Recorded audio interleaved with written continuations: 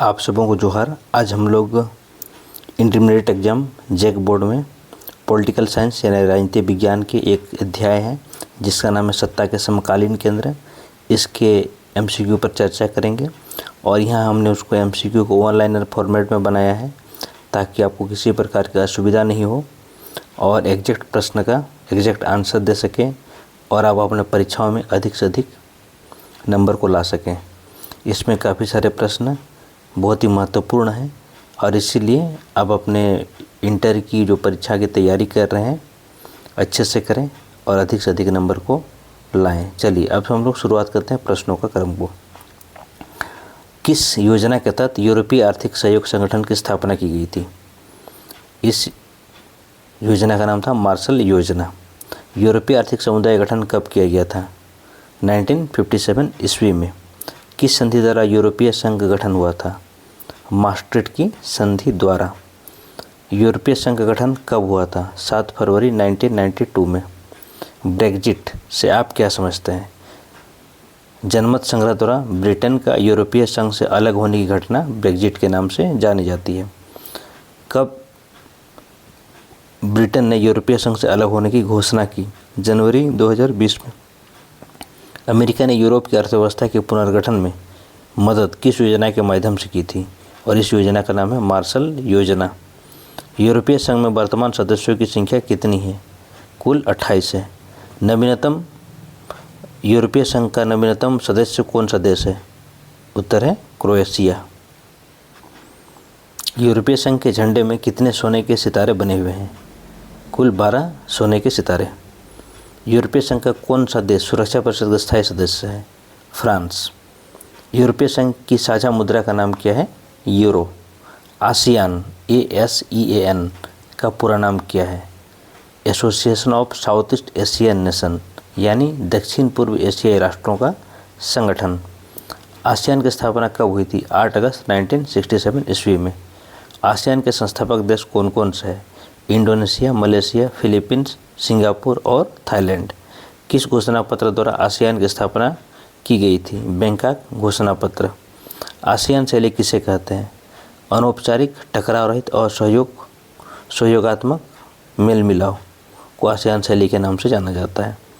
ASEAN समुदाय के प्रमुख स्तंभ क्या क्या हैं? आसियान सुरक्षा समुदाय, आसियान आर्थिक समुदाय और सामाजिक सांस्कृतिक समुदाय। भारत ने पूरब की ओर देखो की नीति किस वर्ष अपनाई? 1991 के बाद। भारत ने एक्ट ईस्ट की नीति कब अपनाई? 2014 से। चीनी जनवादी गणराज्य की स्थापना कब हुई थी? 1949 ईस्वी में। किसके नेतृत्व में चीनी जनवादी गणराज्य की स्थापना हुई थी? माओ जेडोंग। चीन ने आर्थिक सुधारों की शुरुआत किस नीति की घोषणा के साथ की? खुले द्वार की नीति। चीन ने आर्थिक सुधारों की शुरुआत किसके नेतृत्व में किया था? देंग सियाओपिंग 1978 ईस्वी में। चीन विश्व व्यापार संगठन का सदस्य कब बना? 2001 ईस्वी में। चीन गणराज्य के पहले राष्ट्रपति कौन थे? सन यात सेन। एशिया का कौन सा देश G7 का सदस्य है? जापान। दक्षिण कोरिया की राजधानी का नाम क्या है? सियोल। सियोल से होकर कौन सी नदी गुजरती है?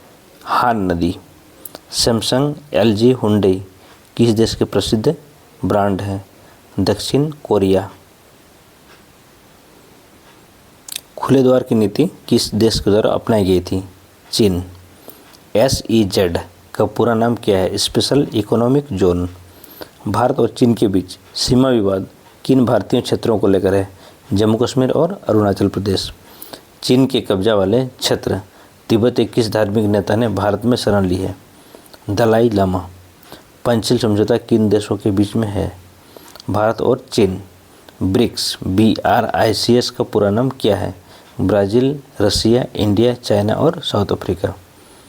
ब्रिक्स में दक्षिण अफ्रीका को कब शामिल किया गया? 2010 में। ब्रिक्स का गठन किस वर्ष हुआ था? 2009 में।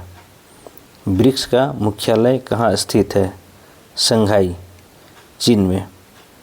ब्रिक्स के द्वारा किस बैंक की स्थापना की गई है? इस बैंक का नाम है न्यू डेवलपमेंट बैंक।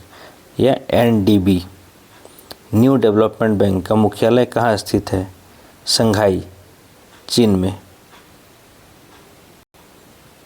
अब जितने सारे MCQ को देख रहे हैं सभी MCQ काफ़ी महत्वपूर्ण है और इन सभी को बिना स्किप किए हुए देख लीजिए और इन सभी MCQ को आप अपने अपने कॉपी में या नोटबुक में नोट कर लेंगे। ये सभी MCQ काफ़ी महत्वपूर्ण है और एग्ज़ाम में आपको अधिक से अधिक नंबर लाने में ज़रूर मदद करेंगे। किस देश से अलग होकर इजराइल एक देश बना? फिलिस्तीन। विश्व का अकेला यहूदी देश कौन सा है? इजराइल। 6 डे वार यानी 6 दिन का युद्ध कब हुआ था?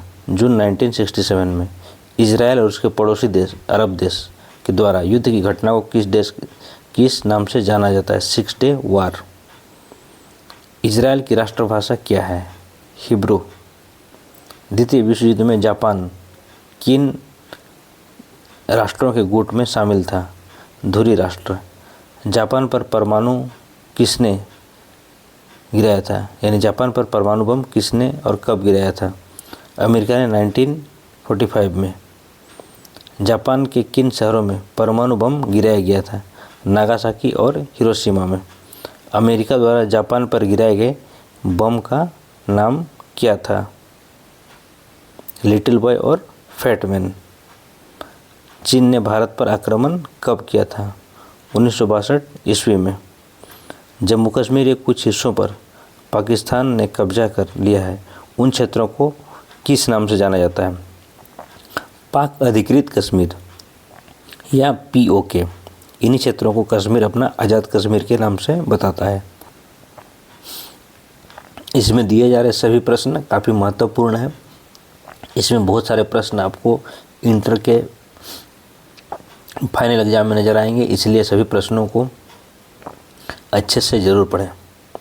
भारत और पाकिस्तान के बीच किस नदी जल को लेकर विवाद है? सिंधु जल विवाद। बांग्लादेश का निर्माण कब हुआ था?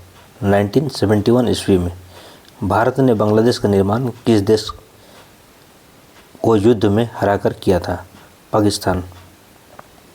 कारगिल का युद्ध किस वर्ष हुआ था? 1999 ईस्वी में। ऑपरेशन विजय का संबंध किस युद्ध से है? कारगिल युद्ध।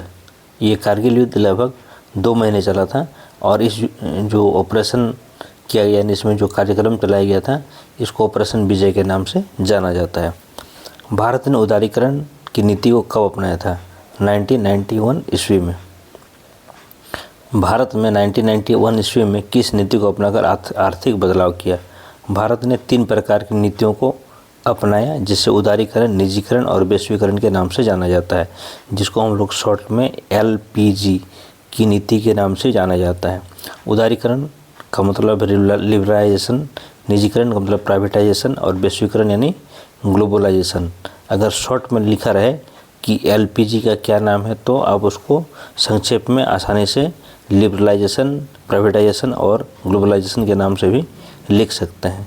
या फिर ये प्रश्न पूछा जाए कि भारत में LPG की नीति कब आई थी, तो उसका सही उत्तर होगा 1991। भारत में आर्थिक सुधारों के जनक किसे कहा जाता है? यानी उस समय भारतीय जो प्रधानमंत्री थे PV नरसिम्हा राव थे और PV नरसिम्हा राव के अगुवाई में या नेतृत्व में ही भारत में आर्थिक सुधार शुरू हुए, इसलिए PV नरसिम्हा राव को भारत में आर्थिक सुधारों का जनक के नाम से जाना जाता है। भारत में आर्थिक सुधार के मॉडल को किसने पेश किया था? यानी ये जो पूरे आर्थिक सुधार की परिकल्पना डॉक्टर मनमोहन सिंह के द्वारा किया गया था और ये सारा मॉडल मनमोहन सिंह के द्वारा ही पेश किया गया था। इसीलिए अगर प्रश्न आता है भारत में आर्थिक सुधार के मॉडल को किसने पेश किया था, तो उसका सही उत्तर होगा डॉक्टर मनमोहन सिंह। अगला प्रश्न है भारत में आर्थिक सुधारों को लागू करने का श्रेय किसे जाता है? तो भारत में आर्थिक सुधारों को लागू करने का श्रेय डॉक्टर मनमोहन सिंह को जाता है। जब 1991 में भारत में आर्थिक सुधारों की शुरुआत की गई थी तो उस समय भारत के प्रधानमंत्री PV नरसिम्हा राव थे और भारतीय वित्त मंत्री डॉक्टर मनमोहन सिंह थे। तो दोनों के परिश्रम के द्वारा ही भारत में आर्थिक सुधारों की शुरुआत की जाती है। तो प्रश्न अलग अलग पूछे जा सकते हैं। अगर आर्थिक सुधारों के जनक के बारे में बात किया जाए तो उसका सही उत्तर होगा PV नरसिम्हा राव। अगर क्वेश्चन आता है कि भारत में आर्थिक सुधार के मॉडलों किसके द्वारा पेश किया गया था, तो डॉक्टर मनमोहन सिंह। और श्रेय किसको जाता है, तो उसका श्रेय जाता है डॉक्टर मनमोहन सिंह। या किसकी परिकल्पना थी? तो डॉक्टर मनमोहन सिंह। तो ये सारे प्रश्न बहुत आसान हैं, आप इनको बार बार एक देख के दोहराइएगा। साथ ही इन सभी प्रश्नों को अपने नोटबुक में ज़रूर नोट कर लें, क्योंकि एग्ज़ाम के दृष्टिकोण से ये आना ही आना है इन प्रश्नों को। अगर आप हमारे चैनल्स में नए हैं तो चैनल्स को सब्सक्राइब करेंगे। अगर अभी तक आपने हमारे सब्सक्राइब करके भी आपने हमारे बेल आइकन को या नोटिफिकेशन को ऑन नहीं किया तो नोटिफिकेशन को ऑन कर लें। हमारे चैनल्स का नाम है माय ड्रीम डेस्टिनी। आप सबका बहुत बहुत धन्यवाद।